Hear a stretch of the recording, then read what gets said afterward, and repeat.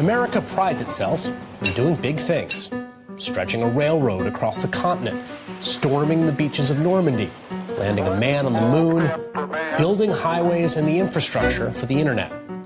Our politics today seem incapable of producing change on that scale. A couple of important features. We face a civilizational challenge right now, and the clock is ticking.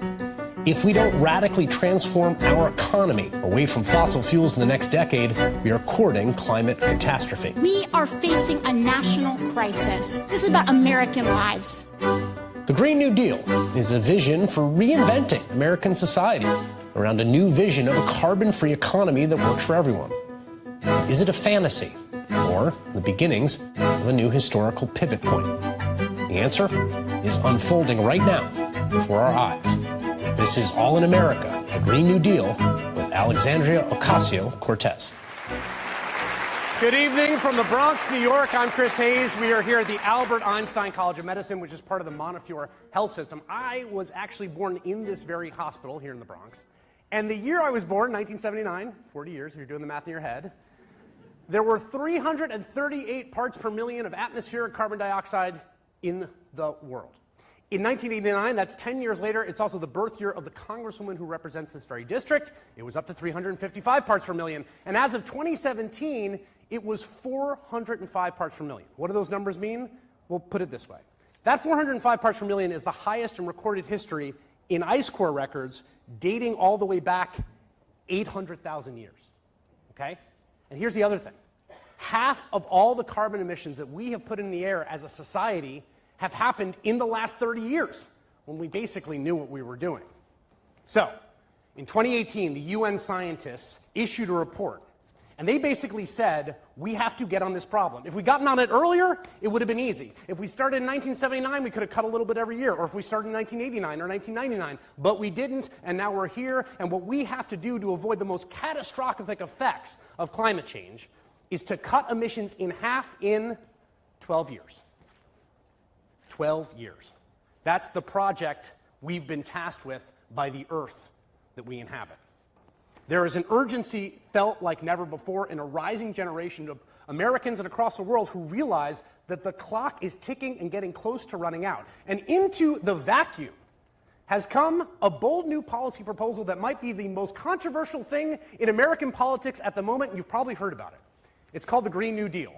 It envisions a carbon zero economy by the middle of the century and a transformation of the American economy and indeed society. Some people call it a socialist monster. Some people call it our only hope for survival here in the way of life that we hold dear. The congresswoman, the one who was born in 1989, the woman who represents this district, the youngest woman to ever represent a district in the United States Congress, who is the co-sponsor of that resolution, has become kind of the mascot for it as well. And tonight, we're going to talk to her about what her vision means. Please welcome Alexandria Ocasio-Cortez.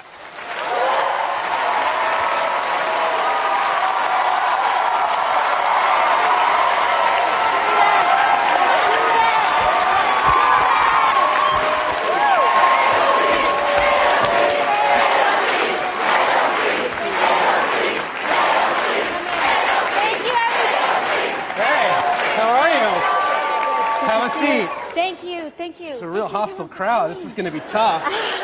Really, how are you doing? I'm well. I'm excited now that we're back in the BX. Yes. I am too. It feels good to be home. I want to start with a very broad and basic question.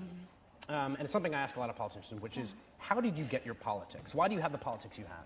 You know, for me, I think that my politics is just an emergence of my life experience, and it's a reflection of all of our experiences here, not just in the Bronx, but as working people.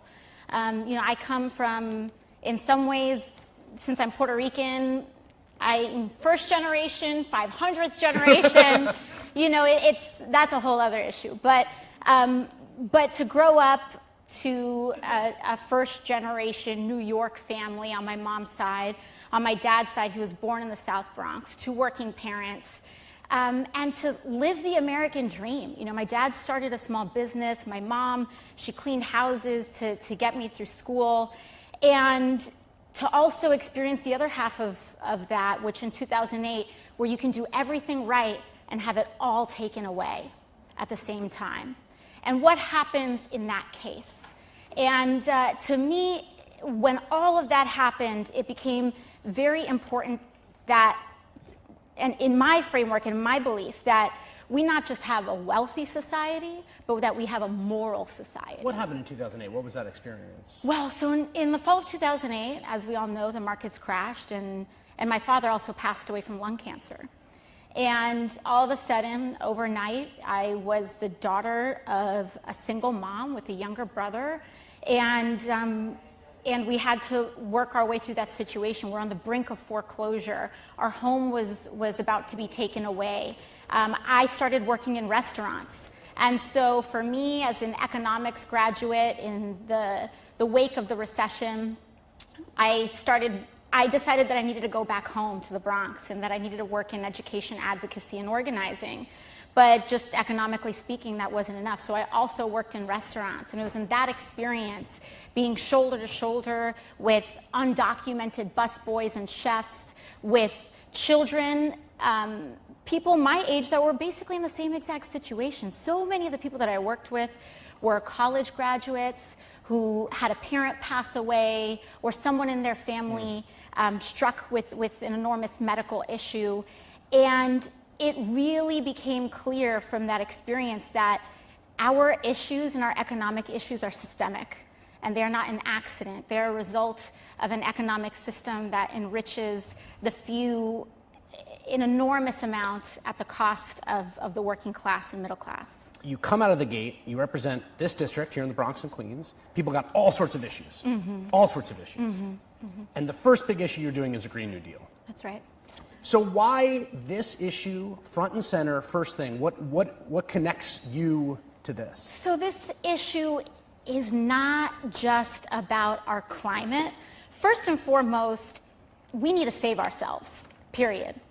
There will be no future for the Bronx. There will be no livable future for generations coming for any part of this country in a way that is better than the lot that we have today if we don't address this issue urgently and on the scale of the problem. But how I access this issue is that I started looking at all of our problems. We have runaway income inequality. We are at one of our most unequal points, economically speaking, in American history. We are dealing with a crisis of how our economy is even made up. Our economy is increasingly financialized, which means we are making profits off of interest, off of leasing your phone, off of doing all of these things, but we aren't producing and we aren't innovating in the way that we need to as an economy. And I also was looking at our issues of social justice, social and racial justice, of which we have a nexus here in the Bronx. And what I started thinking about to myself was, listen, we're looking at all of these issues, Medicare for all, a living wage, tuition-free public colleges and universities, and there's this false idea that we need to put them all in a line and say, do this or do that. Do you care about health care or do you care about the economy or jobs? And then I started to realize that these are not different problems. These are all part of the same problem. And this is, in the past, when we've confronted this type of stagnation and this type of systemic threat as a country, first of all, we've been here before. We've been here before with the Great Depression. We've been here before with World War II, even the Cold War. And the answer has been an ambitious and directed mobilization of the American economy to direct and solve our problem, our biggest problem. And historically speaking, we have mobilized our entire economy around war. But I thought to myself, it doesn't have to be that way, especially when our greatest existential threat is climate change. And so to get us out of this situation, to revamp our economy, to create dignified jobs for working Americans, to guarantee health care and elevate our educational opportunities and attainment, we will have to mobilize our entire economy around saving ourselves and taking care of this planet.